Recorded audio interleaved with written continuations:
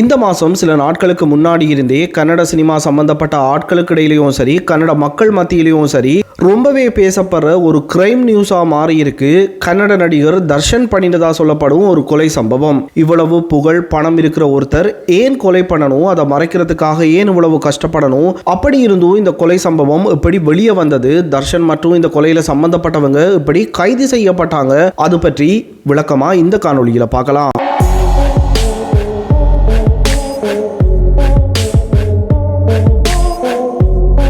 நடிகர் தர்ஷனினால கொலை பண்ணப்பட்டு இறந்து போனது கர்நாடகாவில் இருக்கிற சித்ரதுர்கா என்ற இடத்துல வாழ்ந்த 33 வயசான ரேணுகா சுவாமி சொல்லப்படுறார். இந்த ரேணுகா சுவாமி அப்பலோ மருத்துவமனையில் உதவியாளராகவும் வேலை செய்து வந்தவங்க. இந்த நேரத்தில் தான் ரேணுகா சுவாமியை காணல என்று அவங்க குடும்பத்தால போலீஸ்ல ஒரு மிஸ்ஸிங் கேஸ் ஒன்று பதிவாகுது. ரேணுகா சுவாமி போன் சில நாட்களாகவே ஆஃப் ஆகி இருக்கு, சோசியல் மீடியாக்களையும் எந்த ஆக்டிவுமே இல்லை. அப்படி மிஸ்ஸிங்கான ரேணுகா சுவாமியை போலீஸ் தேடிக்கிட்டு இருக்கிறப்பதான் ஜூன் மாதம் 9ஆம் தேதி அவரோட உடல் பெங்களூர்ல இருக்கிற காமாட்சி பாளையால இருக்கிற வடிகால் ஒண்ணுக்கு பக்கத்துல நாய்கள் குதறிய நிலையில கண்டெடுக்கப்படுகிறது.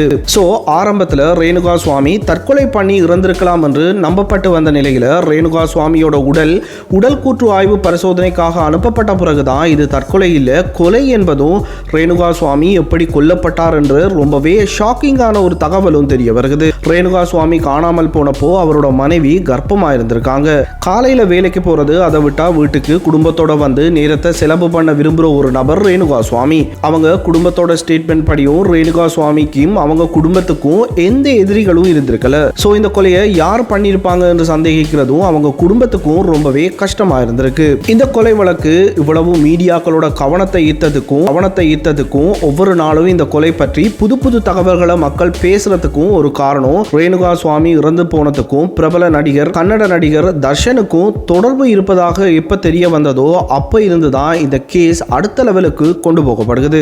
பெங்களூர்ல இருக்கிற சாக்கடை ஒன்றுல தான் ரேணுகா சுவாமியோட உடல் புதைக்கப்பட்டு வைக்கப்பட்டிருந்திருக்கு.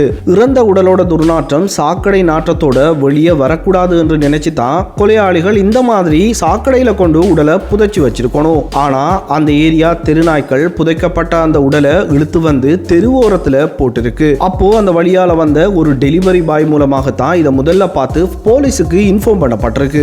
போலீஸோட ஆரம்ப கட்ட விசாரணைகள் ரேணுகா சுவாமியோட உடல் கிடைச்ச இடத்துல இருந்து தான் ஆரம்பிக்குது. இங்க தான் நடிகர் தர்ஷன் முதலா இன்வால்வ் ஆகிறார். அதாவது ரேணுகா சுவாமி உடல் கிடைச்ச இடத்துல இருந்து அந்த ஏரியா முழுவதிலும் இருக்கிற சிசிடிவி ஃபுட்டேஜை கலெக்ட் பண்ணி கொலை பண்ணிட்டு இறந்த உடலை அங்க கொண்டு வந்தவங்க சிசிடிவில ரெக்கார்ட் ஆகி இருக்காங்களா என்று செக் பண்ணி பார்க்கிறப்போ இரவு ஒரு 9 மணிக்கு பிறகு ஒரு சிவப்பு நிற வண்டி அந்த ஏரியாவில் சில தடவைகள் வந்து போனது பதிவாகி இருக்கு.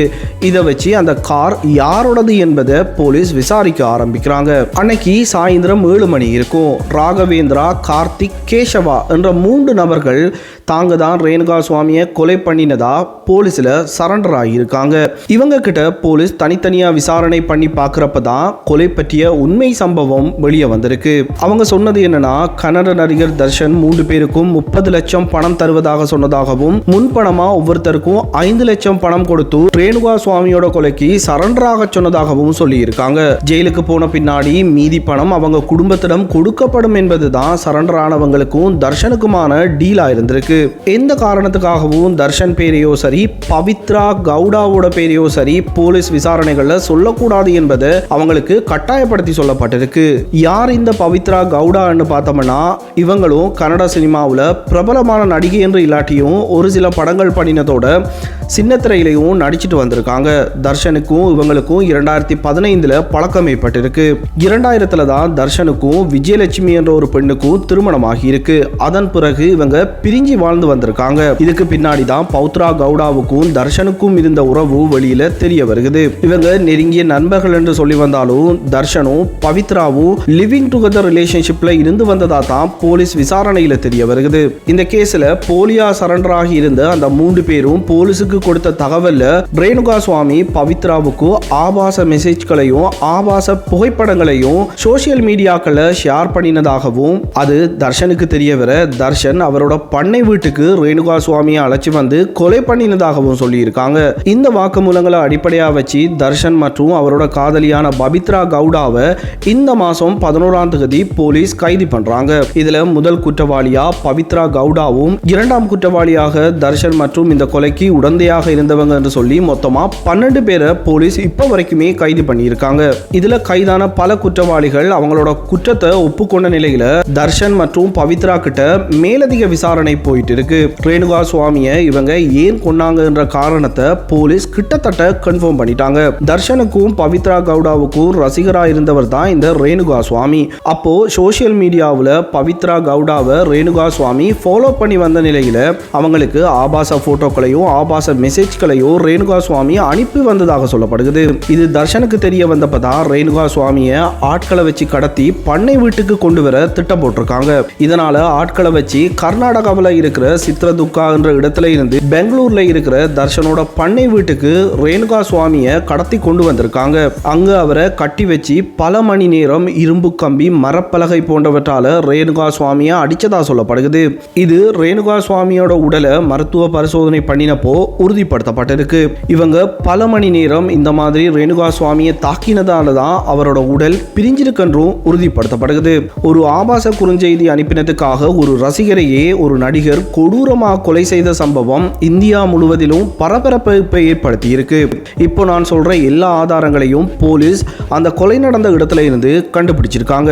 பொண்ணு சம்பவ இடத்துல ரேணுகா சுவாமியை தாக்குனதுக்காக பயன்படுத்தப்பட்ட மரப்பலகைகள் இரும்பு கம்பிகளை எடுத்திருக்காங்க. ரேணுகா சுவாமி அவரோட இடத்துல இருந்து குற்றவாளிகளினால காரில் ஏற்றிக்கொண்டு பெங்களூருக்கு கொண்டு வந்ததற்கான சிசிடிவி ஃபுட்டேஜ்களை கலெக்ட் பண்ணியிருக்காங்க. சம்பவ இடத்துல ரேணுகா சுவாமியை கட்டி வைக்கிறதுக்காக பயன்படுத்தின கயிற்றை கண்டுபிடிக்கிறாங்க. அதுல ரத்தம் உறைஞ்சிருந்திருக்கு. அந்த ரத்தம் ரேணுகா சுவாமியோடது என்பதும் உறுதிப்படுத்தப்படுகிறது. கொலை நடந்த அந்த நாள்ல தர்ஷன் பவித்ரா உட்பட்ட குற்றவாளிகள் குற்றம் நடந்த இடத்துல இருந்திருக்காங்க என்பதற்கான போன் லொகேஷனையும் கண்டுபிடிச்சிருக்காங்க. ரேணுகா சுவாமியை கடத்தி கொண்டு வர பயன்படுத்தப்பட்ட வண்டி மற்றும் சம்பவம் நடந்த பண்ணை வீட்டு சிசிடிவி ஃபுட்டேஜ்கள் அதோட பெங்களூரு சாக்கடையில் புதைத்து வைக்க ரேணுகா சுவாமியை ஏற்றி வந்து திரும்பி போன தர்ஷனோட அந்த சிவப்பு நிறமான காரை சிசிடிவி ஃபுட்டேஜ்ல இருந்து கண்டுபிடிக்கிறாங்க. ரேணுகா சுவாமி அன்னைக்கு போட்டிருந்ததா சொல்லப்படும் உடைகளை ஃபாரன்சிக்ஸ் டெஸ்டுக்கு அனுப்பி வைக்கப்பட்டிருக்கு. குற்றவாளிகளோட போன் கால் ரெக்கார்டிங்ஸ் மற்றும் குற்றவாளிகள் போன்ல இருந்து அவங்க தர்ஷனோட கண்டக்ட் பண்ணி பேசின கால் ரெக்கார்டிங்ஸ் மற்றும் வாட்ஸ்அப் மெசேஜ்களை கைப்பற்றியிருக்காங்க. கடைசியா குற்றவாளிகளுக்கு தலா 30 லட்சம் பணம் தருவதாக தர்ஷன் பேசிய மெசேஜ்கள் அதோட அவங்களுக்கு முன்பணமாக கொடுக்கப்பட்ட 5 லட்சத்துக்கான ஆதாரங்களையும் போலீஸ் கைப்பற்றியிருக்காங்க. ஸோ இந்த கொலை வழக்கு பற்றி பரபரப்பான விசாரணைகள் இப்போ போயிட்டு இருக்கு. இது பற்றிய மேலதிக உண்மைகள் விசாரணை முடிந்த பிற்பாடு தான் தெரிய வரணும். ஸோ அப்படிப்பட்ட நியூஸை நான் அடுத்ததா அப்டேட் பண்ணிக்கிறேன்.